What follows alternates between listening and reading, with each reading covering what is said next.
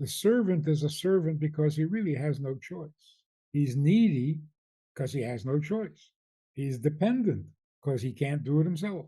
So he's not humble by choice, he's humble by circumstance. Whereas if you're the giver and you're giving wholeheartedly by choice, then you are humble and it's willingly. So we're going to be celebrating the Rebbe's birthday.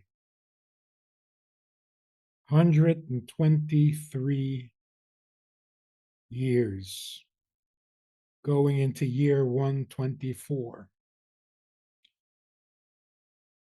So the psalm for this year that is about to end, which we've been saying for the Rebbe, is a very short psalm, and the central theme of it is God be gracious to us like a servant who looks to his master, like a maid who looks to her mistress. Be gracious to us, or we we um, we look towards you until you will be gracious to us. So be gracious to us because we are satiated with um, with abuse or with embarrassment. What it means in simple English is we're completely dependent on you, like a servant who is completely dependent on his master, or a maid completely dependent on her mistress, until you answer us and give us what we need. Because we've had enough of the embarrassment of the nations who oppress us or who degrade us. So basically, it's lamenting the condition of exile, saying we've had enough. And all we do, and all we can do, is look to you like a servant to a master and like a maid to a mistress. But let's look at it from a completely different angle. Maybe what it's saying is not, please be kind to us because we're so satiated, we've had enough of all the abuse from the nations. And so we remain dependent on you like a master, like a servant to its master. Maybe what he's saying is the opposite.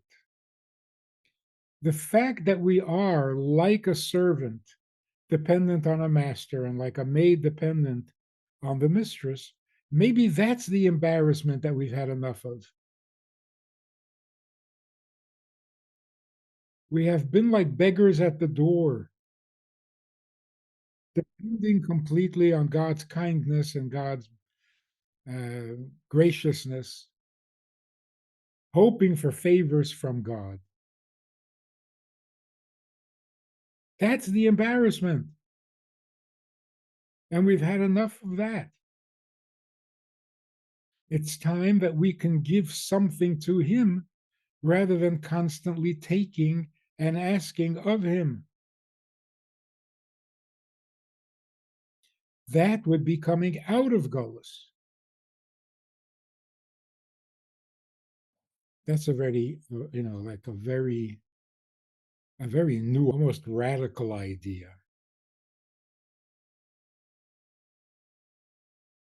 Because for 2,000 years, we've gotten pretty accustomed to the feeling and the notion that, yes, we have to constantly be begging, asking God for his kindness, for his generosity, and of course for his forgiveness.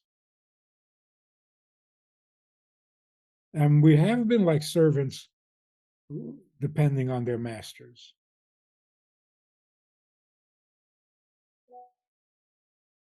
We're thoroughly convinced that that's the only way to be. But that is not the condition of redemption of Geula.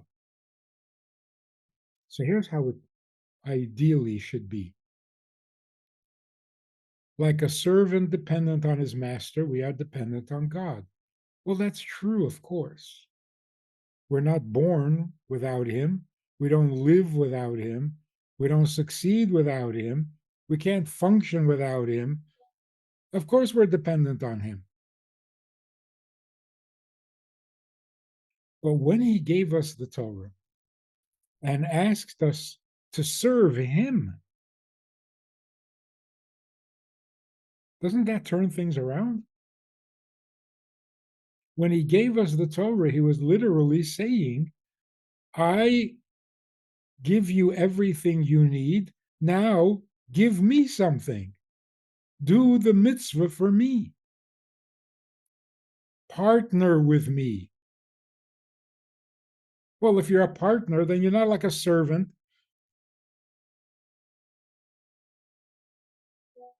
begging for a little attention from a master. See, that changes everything. And in the same way, being in exile means you're so dependent on your survival, on your dignity, on your self-respect, all dependent on God. But when it comes to serving God, we're not servants, we're serving him. So being dependent means that he has to serve us. Doing mitzvahs means we're serving him. That's why when you serve God, you do mitzvahs, you are not an eved, you are not a slave, you become free.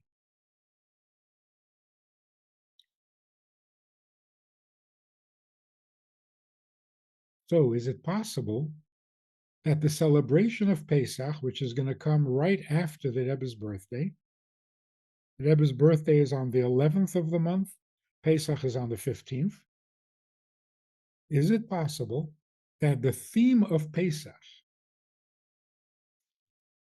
it can be understood so many different ways. The theme of Pesach is humility.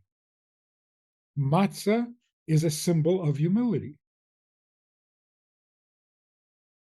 because the dough doesn't rise. It doesn't fill with air, which is arrogance. The matzah remains flat and simple, humble.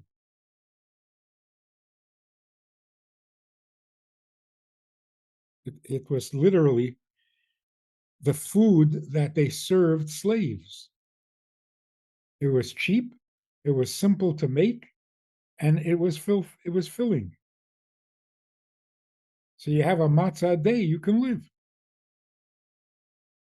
That's what they fed the slaves in Egypt. So we say in the Haggadah, this is the bread of affliction that our ancestors ate in Egypt.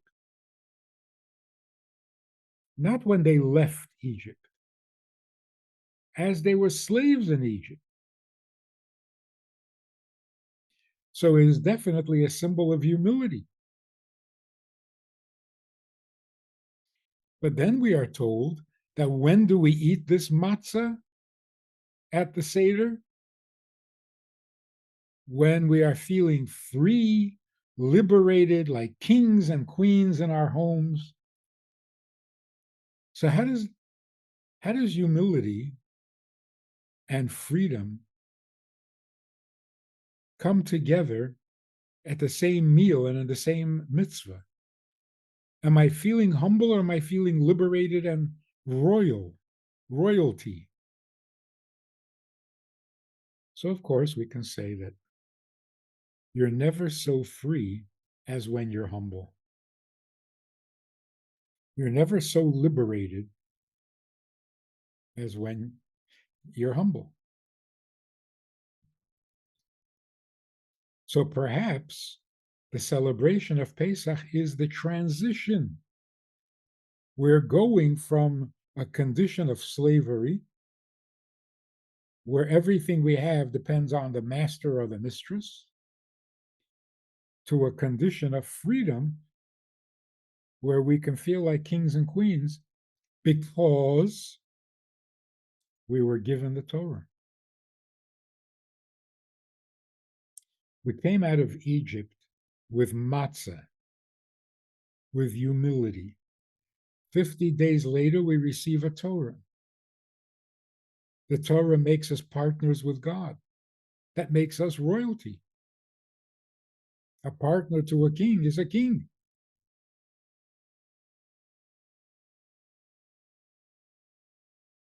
And how does that happen? Because once we have a mitzvah, we can serve him instead of asking of him, instead of needing him to serve us. We can now serve him. When Mashiach comes, this transition will be permanent.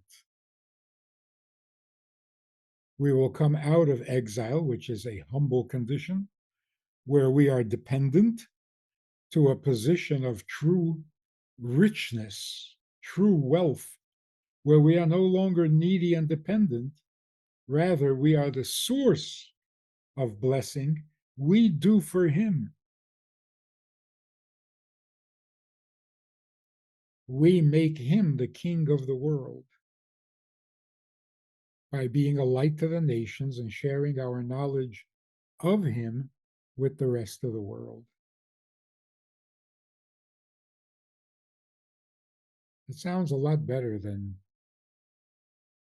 we're still like servants. We still depend on, we've had enough of that.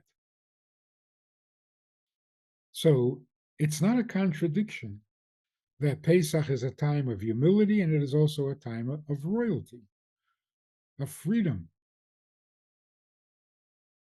What's more humble, needing to be served or devoting yourself to serving? Just a different kind of humility. If I devote myself completely, isn't that humble? I devote myself to giving to you, to taking care of you, to doing for you. And that's my pleasure in life. Is that not humble? So who's more humble, the giver or the receiver?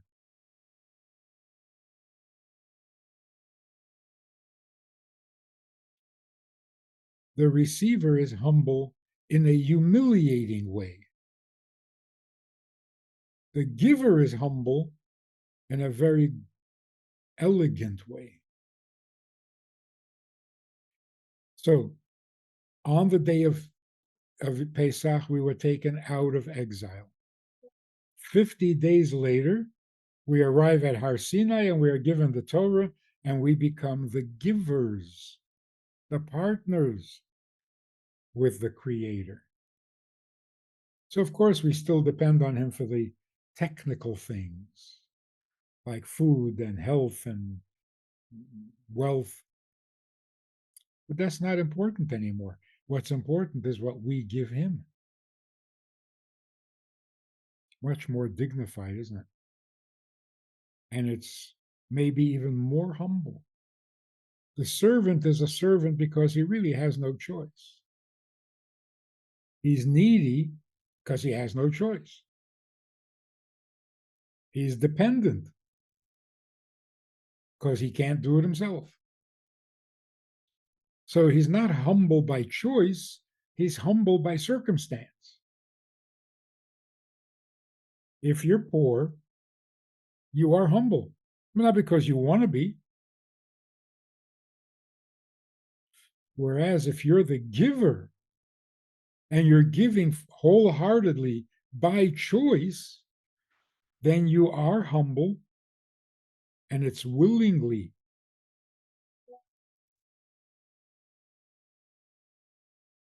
That's rich.